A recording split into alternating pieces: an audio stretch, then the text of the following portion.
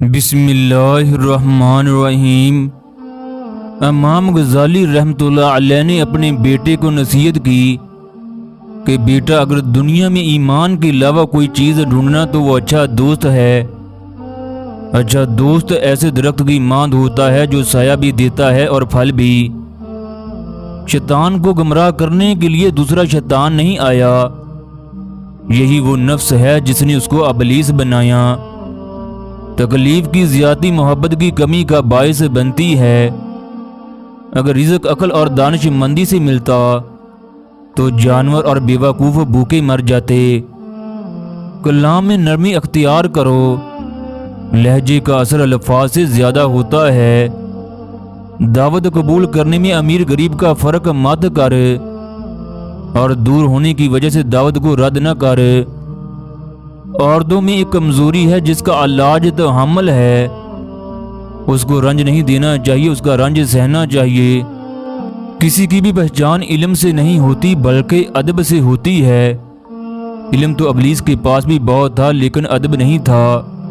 اپنے معاملات میں ہوشیار رہنا، چوکنا رہنا، سوچ سمجھ کر کام کرنا، یہ سعادت کی کنجی ہے۔ انسان کا سب سے بڑا کارنامہ یہ ہے کہ وہ اپنے دل اور زبان کو قابو میں رکھے۔ انسان کی تمام پریشانیوں کی وجہ مقدر سے زیادہ چاہنا ہے، وقت سے پہلے چاہنا ہے، قناعت پسندی کی کمی ہے۔ دولت دنیا کی ہو یا ایمان کی، جتنی بڑھتی جائے گی اتنی ہی نیند کم ہوتی جائے گی۔ جو غلطی نہیں کرتا وہ فرشتہ ہے، جو غلطی کر کے ڈٹ گیا وہ شیطان ہے، جو غلطی کرے توبہ کر لے وہ انسان ہے۔ تین چیزیں انسان کو تباہ کر دیتی ہیں: حرص، حسد، غرور۔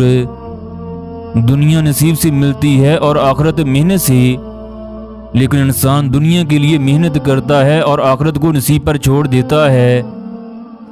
سب انسان مردہ ہیں، زندہ وہ ہے جو علم والے ہیں۔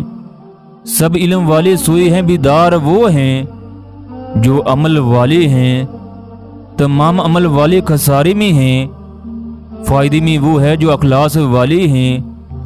سب اخلاص والے خطرے میں ہیں، اور کامیاب وہ ہیں جو تکبر سے پاک ہیں۔